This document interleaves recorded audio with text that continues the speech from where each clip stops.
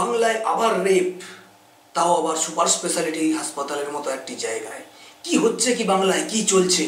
তাহলে তো মনে হয় এবার আবার নতুন প্রকল্প চালু হবে, দুয়ারে দর্শক।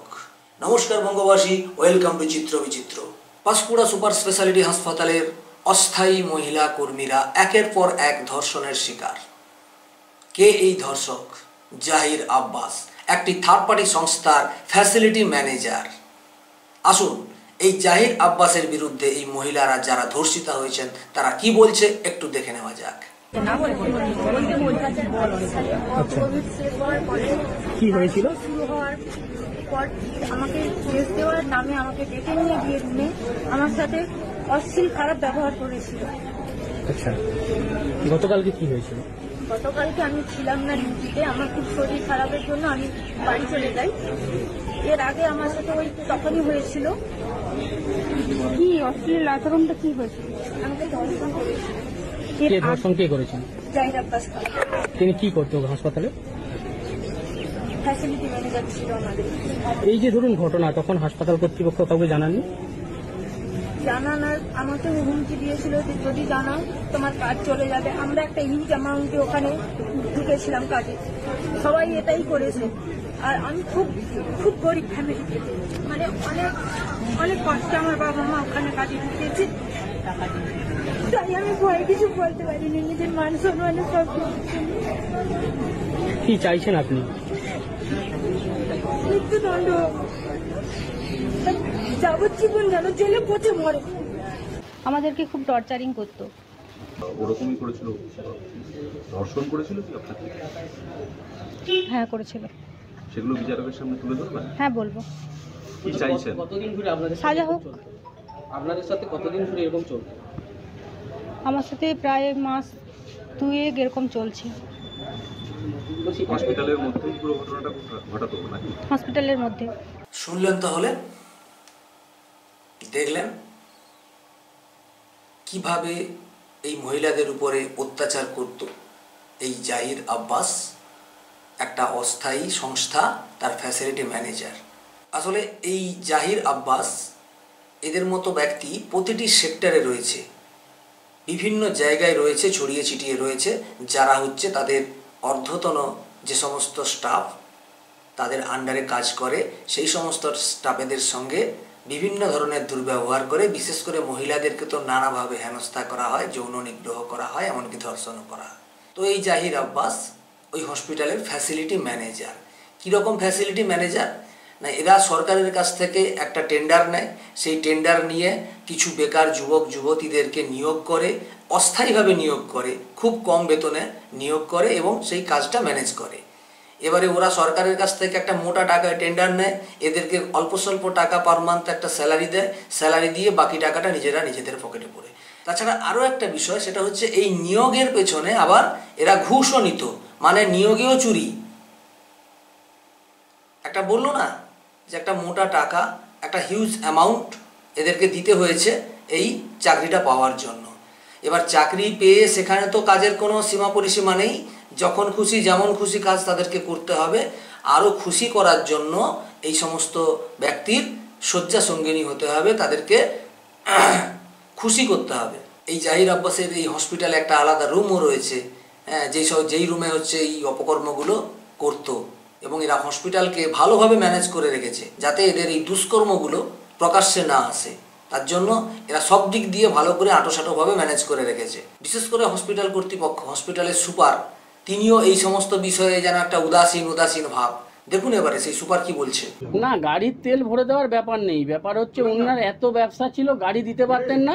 সেক্ষেত্রে আমি আমার পার্সোনাল ভেহিকেল নিয়ে আসি এবং সেটার যা সরকারি চার্জ হয় সেটুকু অফিস থেকে আমি ক্লেম করি। ওনার সঙ্গে তো কোনো ব্যাপার নেই, উনি গাড়ি না দিতে পারলে তো আমাকে তো গাড়ি হায়ার করতেই হবে, এইটুকুই। গাড়ির তেল কেন ভরে দেবে? ওনাকে প্রমাণ দিতে বলুন।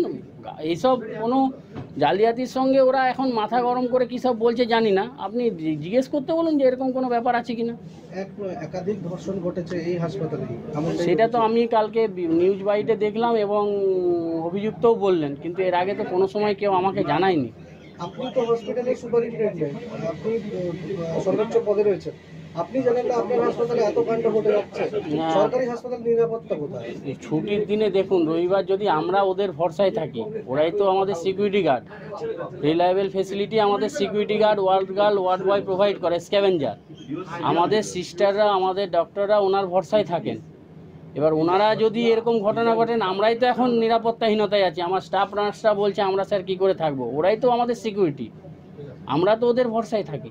দীর্ঘদিন ধরে আসছে, দীর্ঘদিন ধরে আমি কালকে তো তাই শুনলাম যে এরকম নাকি উনি অত্যাচার দীর্ঘদিন ধরে করছেন, এবং এরকম তো যদি করে থাকেন ওনার সর্বোচ্চ শাস্তি আমি সরকারের এই পুলিশের কাছে দাবি করব। এবং আমি কালকে আইসি সাহেবকে জানিয়েওছি যে আপনি ইমিডিয়েট অ্যাকশন নিন, আমার এরকম এমপ্লয়ির সঙ্গে নাকি এরকম ঘটনা ঘটেছে, এবং বলার সাথে সাথেই উনি অ্যারেস্ট করেছেন। বিক্ষোভকারীদের দাবি এই হাসপাতালের রূপ দখল করেছিল। হ্যাঁ, তা তো বলছে। এবারে অ্যাসিস্ট্যান্ট সুপার তো আমাকে কখনো এরকম জানায়নি যে ওনার পার্সোনাল রুম আছে। যেটুকু জানি ওনাদের জন্য চেঞ্জিং রুম দেওয়া থাকে, যেহেতু ফিমেল স্টাফ মেল স্টাফরা আছে, বাইরের ড্রেস পরে আসে, হসপিটালের কোম্পানি ড্রেস চেঞ্জ করার জন্য ওদের চেঞ্জিং রুম দেওয়া থাকে। পার্সোনাল কোনো রুম কাউকে দেওয়া আছে বলে আমার জানা নেই। আপনি সুপার, আপনার নজর এড়িয়ে এত কাণ্ড ঘটে যাচ্ছে, দায়টা তো আপনারই। দায় যদি আমার ঘাড়ে আসবে, যতটা আসে, যা শাস্তি হয় হবে। কারণ আমরা তো দেখুন ওদের ভরসায় হসপিটাল থাকে, হসপিটাল আমাদের ভরসায় থাকে না। শুনলেন সুপারের কথা? এটাকে কে সুপার করেছে? যার ঝাড়ুদার হওয়ার যোগ্যতা নেই সে কিনা সুপার হয়ে বসে গেছে। আমাদের সমাজের বিভিন্ন পদে এদের মতো অযোগ্য ব্যক্তিরা বসে রয়েছে, যার জন্যই আজকে এই অবস্থা। এবং এই যে জাহির আব্বাস, এ এত সুন্দরভাবে সব কিছুকে ম্যানেজ করেছে যে হসপিটালের সুপারের গাড়ির তেল স্টাফেদের সঙ্গে ম্যানেজ করে, ডাক্তারদের সঙ্গে বা অন্যান্য যে সমস্ত অফিসিয়াল স্টাফ রয়েছে তাদের সঙ্গেও, সুপার থেকে শুরু করে বিভিন্ন ব্যক্তিকে ভালোভাবে ম্যানেজ করে রেখেছে, যাতে ও যা খুশি যা ইচ্ছা তাই করবে, মর্জিবাজি চালাবে, কেউ ওর কিচ্ছু করতে পারবে না, সেরকম একটা গট আপ করে রয়েছে।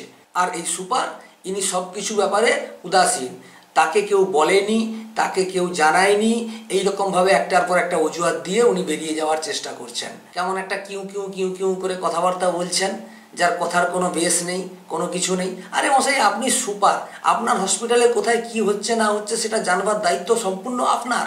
তার দায় আপনি এড়িয়ে যাচ্ছেন এত সুন্দরভাবে, সহজভাবে। এটা হতে পারে? আর এই ফ্যাসিলিটি ম্যানেজার জাহির আব্বাস, এই ব্যক্তি তার এই কর্মচারীদেরকে, মহিলা কর্মীদেরকে বিভিন্নভাবে ভয় দেখিয়ে একের পর এক হয় চাকরি থেকে ছাঁটাই করে দেবে, না হলে কেস খাইয়ে দিবে, এইরকম বিভিন্নভাবে ভয় দেখিয়ে তাদের সঙ্গে এইরকম অপকর্ম করে বেরিয়েছে। আজকে লজ্জার সব কিছু সীমা পেরিয়ে দেওয়ালে পিঠ ঠেকে যাওয়ার পরে এই সমস্ত ঘটনাগুলো প্রকাশ্যে আসছে। না হলে আমাদের সমাজে প্রতিনিয়ত প্রত্যেকটা জায়গায় এই ধরনের ঘটনা প্রায় হয়ে থাকছে, মানে হতেই আছে। কেউ লজ্জায় বলতে পারছে না, কেউ পারিপার্শ্বিক কারণে বলতে পারছে না, না হলে প্রতিনিয়ত এই ধরনের জিনিস ঘটতেই আছে। এই অবস্থা, এই আমাদের রাজ্য।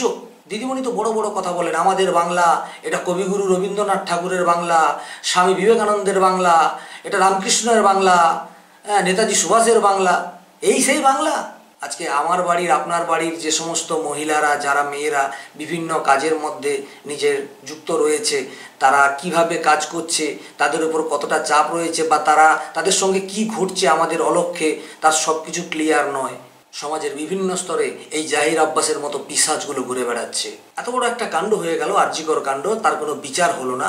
আবার সেই একইভাবে সুপার স্পেশালিটি হসপিটালে এই ধরনের একটা চরম নিন্দনীয় ঘটনা ঘটেছে। লজ্জা, লজ্জা, চরম লজ্জা। সরকার এবং প্রশাসনের চরম অপদার্থের পরিচয় এটা। এদের মতো শয়তানদের সমুচিত শিক্ষা হওয়া উচিত, না হলে আপনার আমার বাড়ির মা বোনেরা কেউই নিরাপদ নয়, কেউই সুরক্ষিত নয়। কমেন্টে জানাবেন আপনাদের মতামত। সবাইকে নমস্কার।